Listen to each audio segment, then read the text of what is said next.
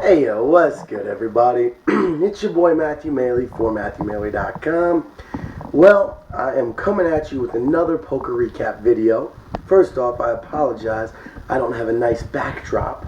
Usually, as you guys know, I've been trying to have the strip or something Vegas related as a backdrop.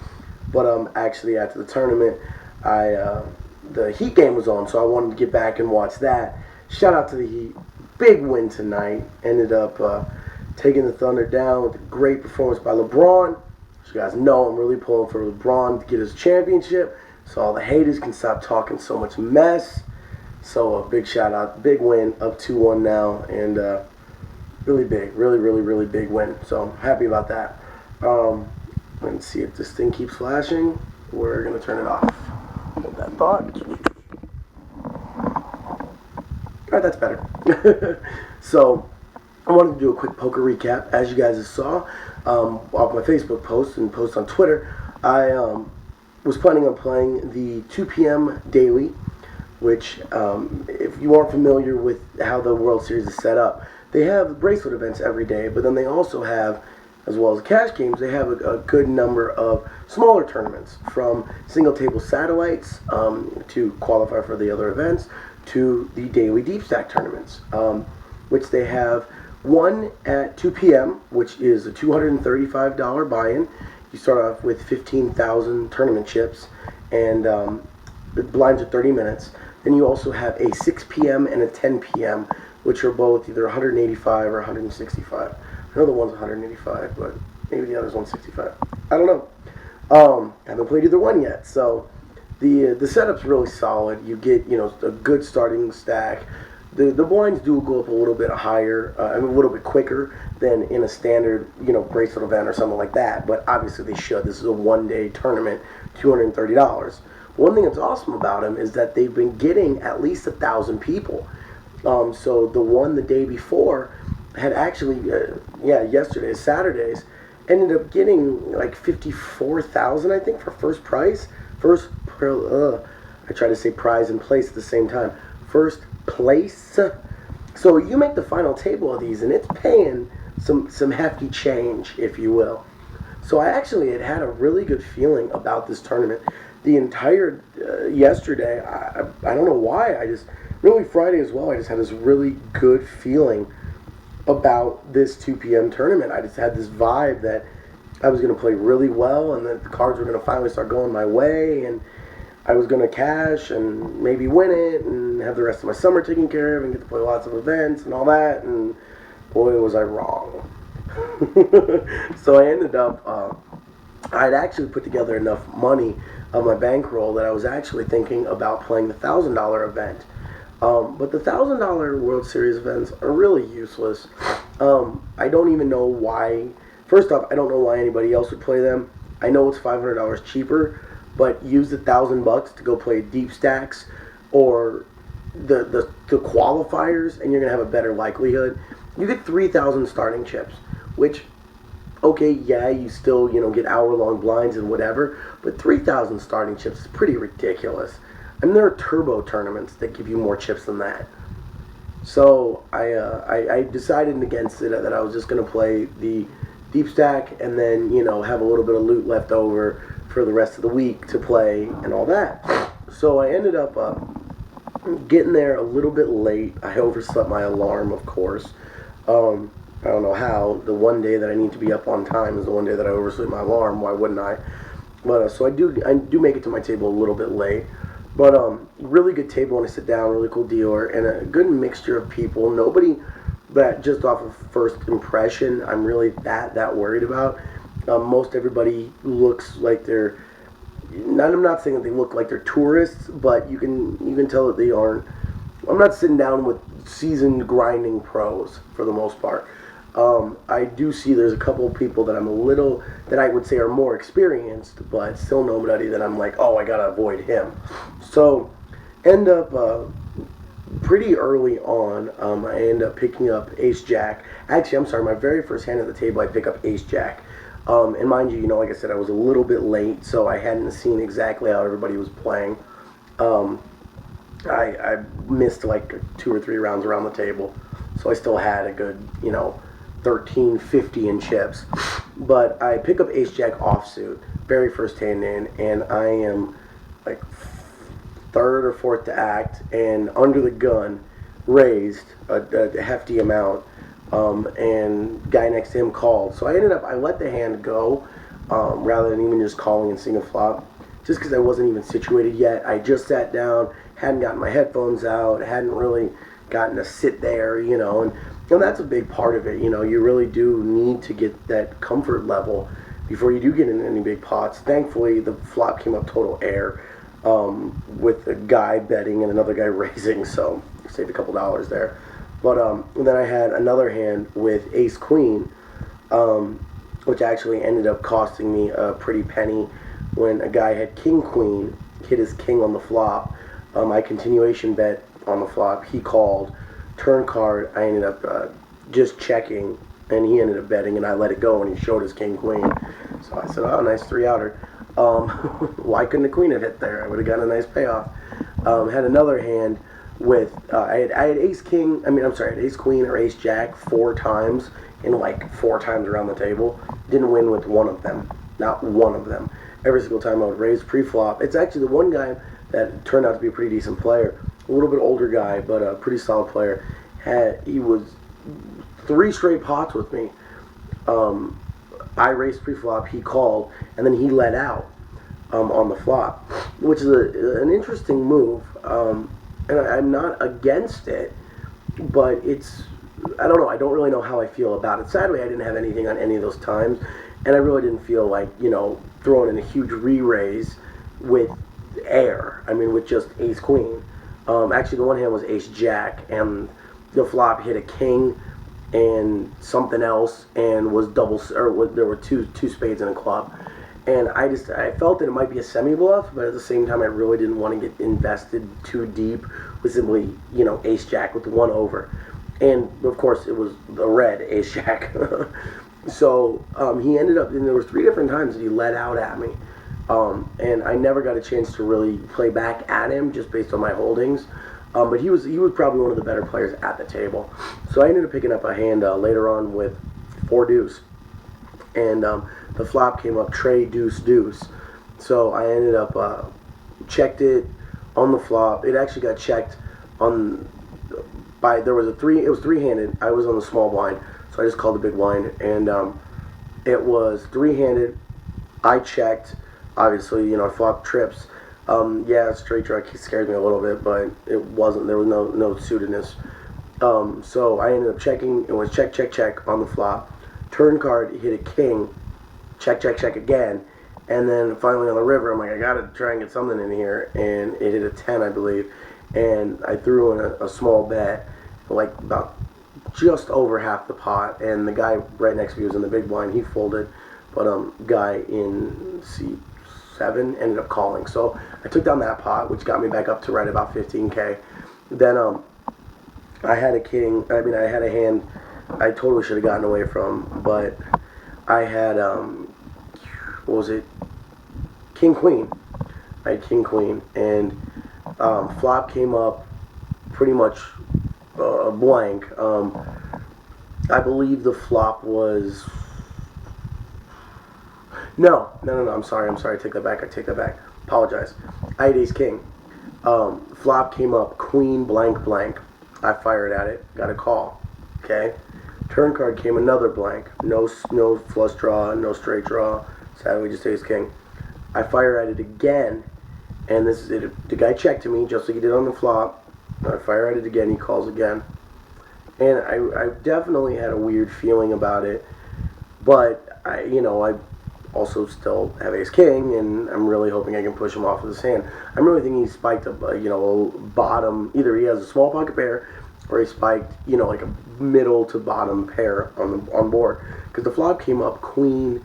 I think it was Queen 9-4, Queen 9-5, and then turn card came out a Jack. That's right, it came out a Jack. So now I actually do have a straight draw.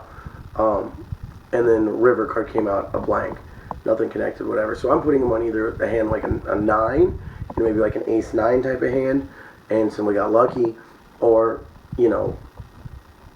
whatever. I'm not putting him on the queen, honestly. Sadly, I should have, and I fired a third bullet at it, and of course he called, and he had a queen. I was really thinking I might be able to get him to fold a 9, and I already put a decent amount into the pot, so I felt like a third bullet might work. Really, I was hoping he just had a small pocket pair, but he ended up calling me a king-queen. So, 3 outer, he hit it, and I donked off 3 bullets. So I should have let that one go. It's also partly there had been 2 or 3 other hands that I lost this guy. They weren't big hands, but still, he was a pretty solid player, and he was raising a lot, and so I really just didn't put him on a hand there.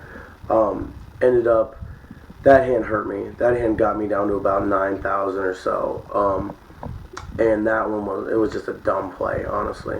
But kind of close after that, I ended up in the big blind. I picked up 9-4 offsuit, and a guy in seat 6, no, I'm sorry, seat 8 called. Then it was fold, small blind calls. All right, cool.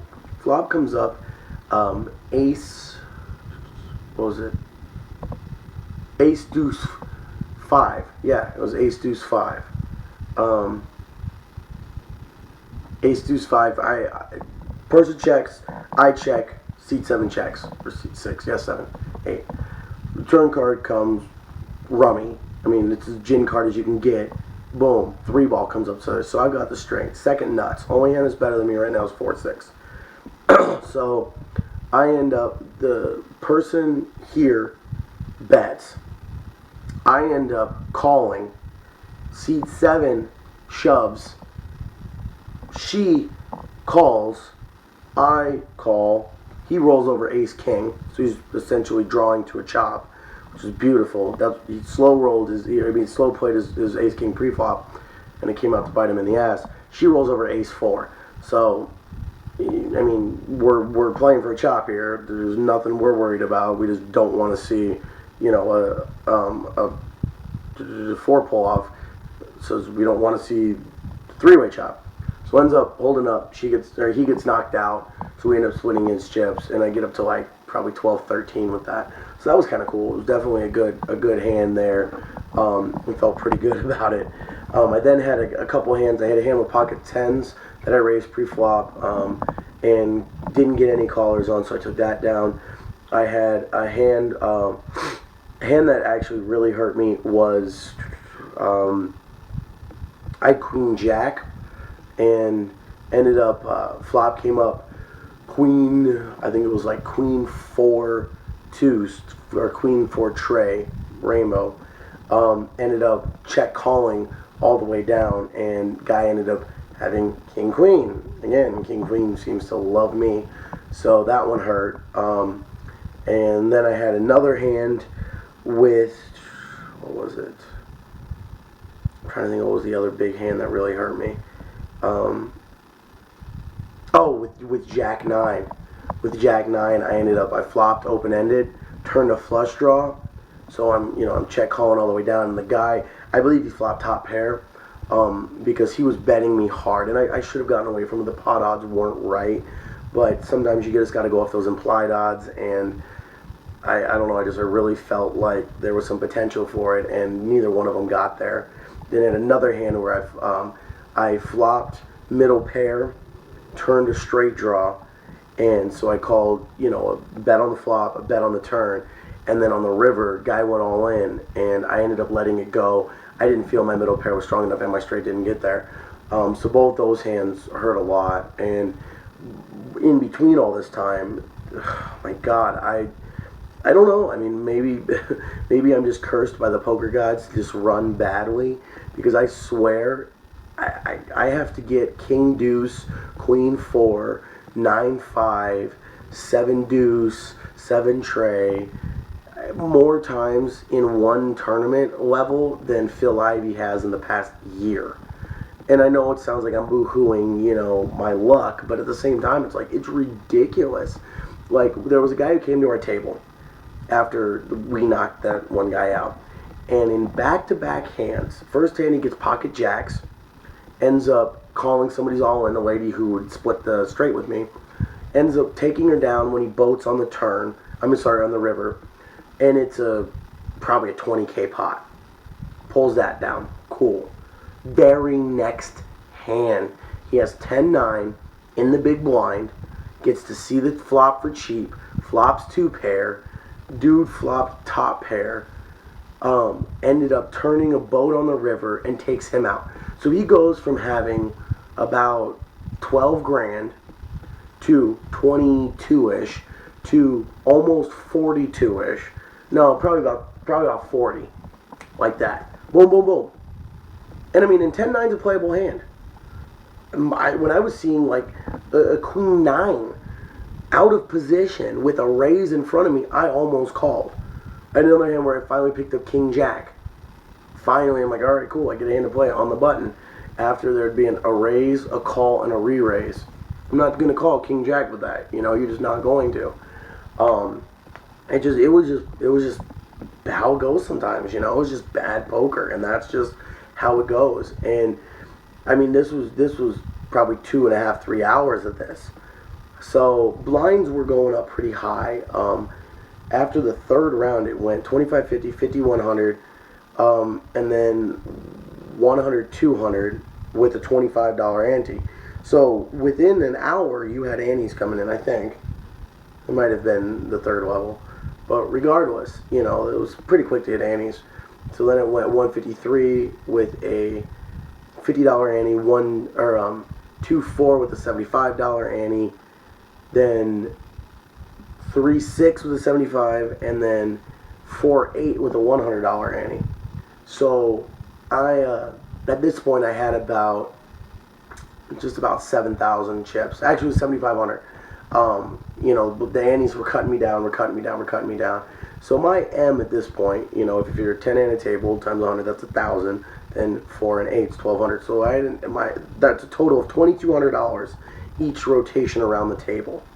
My M being at about 7,000 meant, or my total being at 7,000, divide that by 2,200, my M was about 3.5.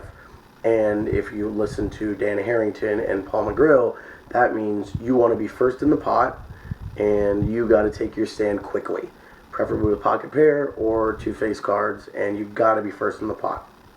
So the second hand of getting to the 4-8-1, I pick up king 10, and I am fourth to act. So nobody's called up to this point, so I'm feeling, you know what, we got to take our shot here. King 10, not a great hand, but whatever. So I shove. I barely get my money in the pot, and the guy directly next to me re-shoves. So all I'm hoping, at this point I'm just praying he has pocket jacks or pocket 9s or something. Pocket 9s would be preferable, so I have 2 overs. Pocket jacks even, at least I've got, you know, live cards. Everybody else folds, and no, sure enough, he rolls over. Pretty much the worst thing I could see, short of him having pocket kings, I would have rather him had pocket aces, was ace king. So I'm super not drawing live, and I'm not exactly looking too good. Okay, maybe I wouldn't have rather had him ace with pocket aces, but whatever, you know what I mean.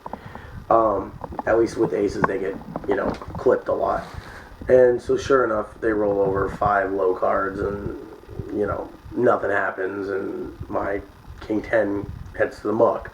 So it ended up, I mean, I really like the buy-in structure. I like the tournament structure. I like the blind structure. I like that tournament, and I plan on playing it a lot more. For 235, we have 1,400 people. That means first prize was going to be damn near 60 grand. For a $200 buy-in at a one-day tournament, where else can you see that? Like, short of online, where else are you going to have a $230 buy-in that pays out $60,000 for first? I mean, in a one-day tournament.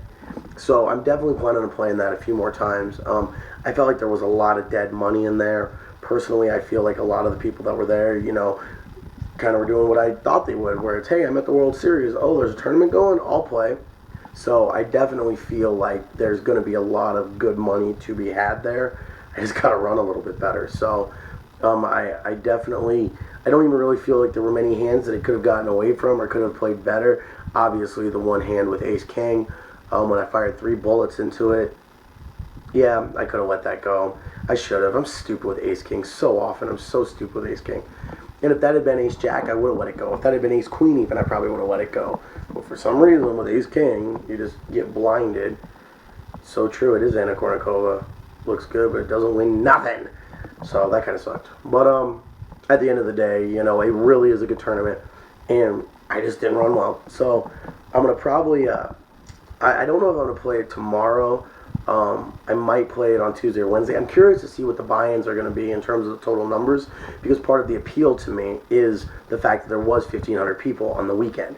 So I'm curious to, I'll probably go up there tomorrow or Tuesday and actually see what the buy-in numbers are going to be, and then I'll have a better, you know, idea for the rest of the week. But regardless, I'm going to be spending a lot of time up at the series, as always, and checking everything out. So shout out as well to my dude at the Grinder44 on Twitter, Michael Mizrachi.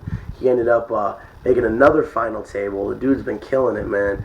I think it's partly because of my tweets. He ended up going out fourth. I'm sad to see that. He was chip leader for a little while when I first gave him a shout out. Shit, he lost after that. Hopefully it's not my fault. Maybe my tweets are bad luck. He'll never stake me if my tweets are bad luck. But he ended up going out fourth in the deuce to 7 single draw no limit tournament. $1,500 buy-in. It was actually a tournament I like to play. I liked it to 7. I never played it single draw no limit. I've only ever played it triple draw. So I'd be curious to see how that game plays out. But it was also cool. Got to watch some of the 10K horse event as well the night before, and it was just cool. Got to talk with some more people, give out a couple more business cards and all that. So it's definitely what I'm there trying to do. So I'm going to definitely be heading up there a lot this coming week. I'm probably going to hit up each day. Plus, I'm also going to be heading over to Harrah's. They're running a special right here. Win a seat into the main event. If you play 40 hours of poker at the Harrah's Poker Room between now and July 1st, you are entered into a free roll tournament, which first prize gets a main event entry, and the other, what is it? Top 20 places get paid $500, with first place going 10 stacks for the tournament. So might as well. I mean, I believe it's pretty fast blinds. I think they're only like 15-minute blinds, and I mean, it's not a very good tournament by any means, but who cares? It's a chance to make the main event. So, plus the Harrah's room isn't horrible. I don't like it that much because it's kind of old, and you get a lot of regulars in there.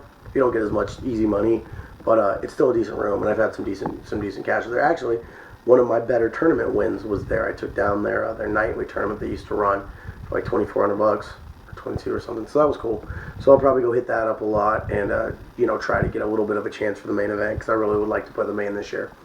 But also this next week I'm going to be hitting up hard. So as always, stay tuned to MatthewMaley.com for all of my newest updates and all that. And I'm going to probably be doing a couple more poker blog, you know, updates and stuff like that to let you guys know how everything's going and all that. So as always, thank you for checking out my videos. There's another poker recap video from the 2 p.m. $235 daily deep stack tournament at the World Series of Poker at the Rio.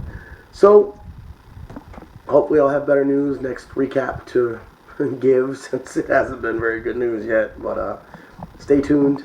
I'm staying tuned, and I'm staying on my grind. So hopefully I'll be popping out some new good info.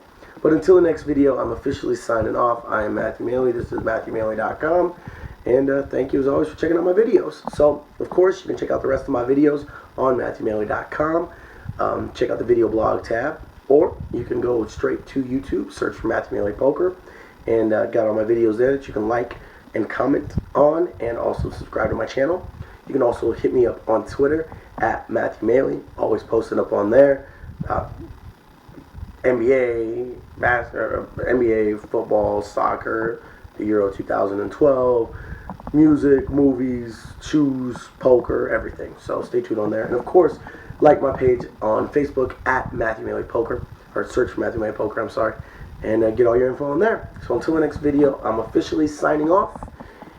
Peace out, y'all.